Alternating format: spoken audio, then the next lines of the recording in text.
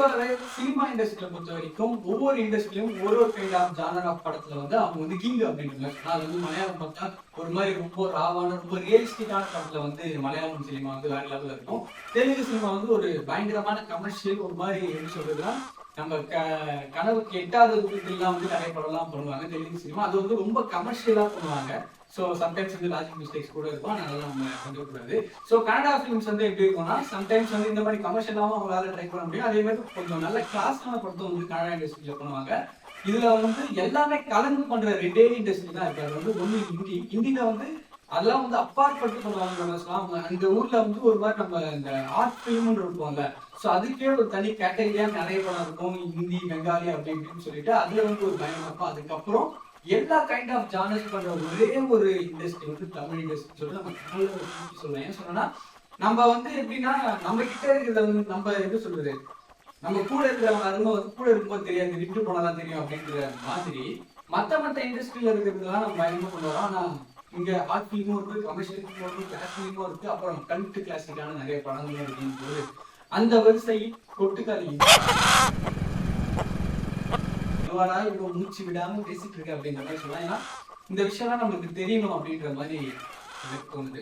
So Kottukkaali கூழாங்கல் இயக்குனர் PS Vinodraj அவரோட இயக்கத்தில் கொட்டுக்காளி அந்த படம் எப்போ முடிச்சு ஃபெஸ்டிவல்ஸ்க்கே எனக்கு வந்து ஒரு 1.5 வருஷமா அனுப்பிட்டே இருக்காங்க அப்படின்ற மாதிரி சொல்லலாம். ஏன்னா கூழாங்கல் வந்து அப்ராக்சிமேட்டாக ஒரு 92 ஃபெஸ்டிவல்ஸுக்கு போச்சுன்னு நினைக்கிறேன், நாட் ராங். ஸோ அப்படி இருக்கும்போது அந்த டேரக்டரோட ஒரு படம் அப்படிங்கும்போது நம்ம ஊர்ல மட்டும் இல்லை வெளிநாட்டுலாம் நிறைய பேர் வந்து காத்துக்கிட்டே இருக்காங்க அப்படின்ற மாதிரி சொல்லலாம். ஸோ அந்த மாதிரி போயிட்டு பெர்லின்ல வந்து ஸ்க்ரீனிங் பண்ணி அதுக்கு ஒரு அவார்டும் வந்து ஆக்ட்ரஸ் அனபெல் வாங்கணும் போது ரொம்ப எதிர்பார்த்துச்சு. தமிழ் சினிமாவுக்கு பெருமை கூட்டி சேர்த்து விட்டு மறுபடியும் தமிழ் சினிமாவில் வந்து ரிலீஸ் ஆக போற படம் தான் போட்டுக்காரு. அந்த படத்தோட ட்ரைலர் வந்து ரிலீஸ் ஆயிருக்கு. ஸோ பார்க்கும்போது சூரியனை கேட்டா உண்மையாலே இந்த காமெடி கம் ஆக்டர்ஸ் ஹீரோஸ் இருக்காங்கல்ல, அதுல வந்து எனக்கு கேட்டா ரொம்ப லக்கின்ற மாதிரி ஒரு விஷயம் கூட சொல்லலாம். ஆனா அந்த வேர்டு தப்பு, அவரோட உழைப்பு அதிகமா இருந்துச்சு. ஆனா லக்கின்ற ஒரு வேர்டு சொல்லலாம். ஏன்னா அவரோட பிகினிங் பீரியட்லயே பயங்கரமான ஒரு ரூட்டை செட் பண்ணிட்டாரு. வெற்றிமாறன் கூட ஃபர்ஸ்ட் படம் ஹீரோவா பண்ணதாலேனோ ஒரு பயங்கரமான ரூட் செட் ஆயிடுச்சு. அப்படியே விடுதலை வருதல் கொட்டுக்காளி ஆக்சுவலா விடுதலை பண்ணிட்டு இருக்கும்போது கொட்டுக்காளி வந்து ஒரு சைன் பண்ணிட்டார் அப்படிங்கும் போது ஒரு மாதிரி ட்ரைலரா வந்து ஒரு ரியலிஸ்டிக் படத்துல இவ்வளவு கமர்ஷியலா கட் பண்றது ரொம்ப பிடிச்சிருந்துச்சு. அதே மாதிரி நீங்க கூழாங்கல் படம் பார்த்துருந்தீங்கன்னா உங்களுக்கு மேபி தெரியலாம். உண்மையாலே ஷார்ட் டிவிஷன் வந்து ரொம்ப இன்டர்நேஷனலா இருக்கும். எல்லாமே ஒரு ஆர்ட் ஃபிலிமுக்கு தேவைன்னா அட் த சேம் டைம் அது வந்து நமக்கு நல்ல என்கேஜிங்காகவும் இருக்கும். ஸோ ஷார்ட் டிவிஷன் அவ்வளோ சூப்பரா இருக்கும். அதுக்கு ஒரு 2-3 படி மேலே போய் ஒரு மாதிரி பயங்கரமான ஷார்ட் டிவிஷன் அப்படின்னு சொல்லலாம். எஸ்பெஷலா வந்து அந்த அவங்க அனபெலோட அந்த நாக்கு நீட்டுறதுக்கு அதுக்கு ஒரு க்ளோஸ் வச்சுது, கண்ணு விழிக்குள்ள ஒரு க்ளோஸ் வச்சுதான் ஒரு மாதிரி செம்மையாவே இருந்துச்சு.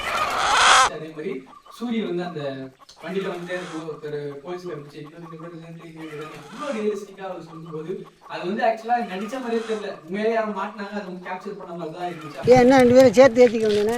அப்போ வந்து சூரியன் ஒரு மாதிரி அந்த தொண்டையில் அடிபட்டு அந்த வயசுலேயே கூட படம் பேச போறாரா அப்படின்னு தெரியல. அதுவும் ஒரு மாதிரி சூப்பரா பேசிட்டு இருந்தா அப்படிங்கும் போது எங்க வீட்டு பிள்ளைக்கு பேய் பிடிச்சிருக்கு, மிரட்டருக்காக பாலமேடு வரைக்கும் போறோம். ட்ரைலரா ஒரு மாதிரி செம்ம இன்ட்ரெஸ்டிங். அதே மாதிரி அந்த SFX மியூசிக் பண்ணது எனக்கு ரொம்ப பிடிச்சிச்சு. அந்த கோழி சத்தத்துக்கு ஒரு ஸ்ட்ரிங் சவுண்ட் கூட இல்லை, எல்லாமே அந்த கோழி சவுண்ட்லயே பிஜிஎம் மாதிரி செட் பண்ணி வச்சிருந்தா அது ரொம்ப சூப்பரா இருந்துச்சு.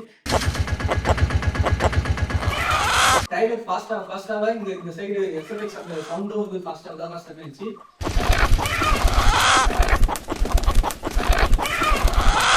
எனக்கு ரொம்ப ரொம்ப பிடிச்சிருந்த லாஸ்டா அவங்க அடிக்கிற அந்த சூரிய அடிச்சோன்னு ஒரு வைட் ஷாட் ஆகுது கொட்டுக்காளி போடும்போது எனக்கு அந்த ஷாட் ரொம்ப ரொம்ப பிடிச்சிச்சா.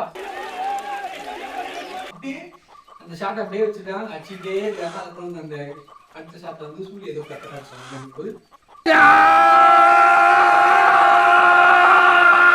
உண்மையாலே செம்மையா இருந்துச்சு. ட்ரைலர் கன்ஃபார்ம் எல்லாருமே பார்க்கணும் அப்படின்னு சொல்லிட்டு இதை பார்க்குற 100 பேர் இருந்தாலும் சரி 50 பேர் இருந்தாலும் சரி எத்தனை பேர் இருந்தாலுமே சரி ட்ரைலர் வந்து கன்ஃபார்ம் பார்க்கணும். தமிழ் சினிமாவுக்கு பெருமை கண்டிப்பா ஆல்ரெடி சேர்த்துருச்சு, இதற்கு மேலேயும் சேர்த்து தரோம் அப்படிங்கிற மாதிரி என்னோட வீடுகள். ஏன்னா கூட அவங்களுக்கு தேட்டர் ரிலீஸ் ஆகல, இந்த படம் வந்து தியேட்டர் ரிலீஸ் வந்து அவங்க அறிவிச்சிட்டாங்க. ஸோ இந்த மாதிரி படத்துல போய் தான் நம்ம இருக்கணும். அதே மாதிரி உள்ள வந்து ஒரு நல்ல பாலிடிக்ஸ் பேசுறாங்க ட்ரைலர்லேயே தெரியுது. அந்த மூட நம்பிக்கைகளை பற்றி பயங்கரமாக பேசுகிறார்கள் அப்படின்ற மாதிரி தெரியுது. அந்த சடங்கு சம்பிரதாயம் அதெல்லாம் சூப்பரா பேசியிருக்காங்க போது எங்களுக்கு அப்படின்னா அவர் இந்த குழந்தைகள் நீங்க பார்த்துட்டீங்கன்னாலே தெரியும். அதுக்குள்ளேயே அந்த நிறைய விஷயம் வந்து சூப்பரா பேசியிருப்பாரு. அது நீங்க பார்த்தீங்கன்னா உங்களுக்கு ரொம்ப சூப்பரா புரியும் அப்படின்னு சொல்லிட்டு மறக்காம தொட்டிக்கால் பார்த்து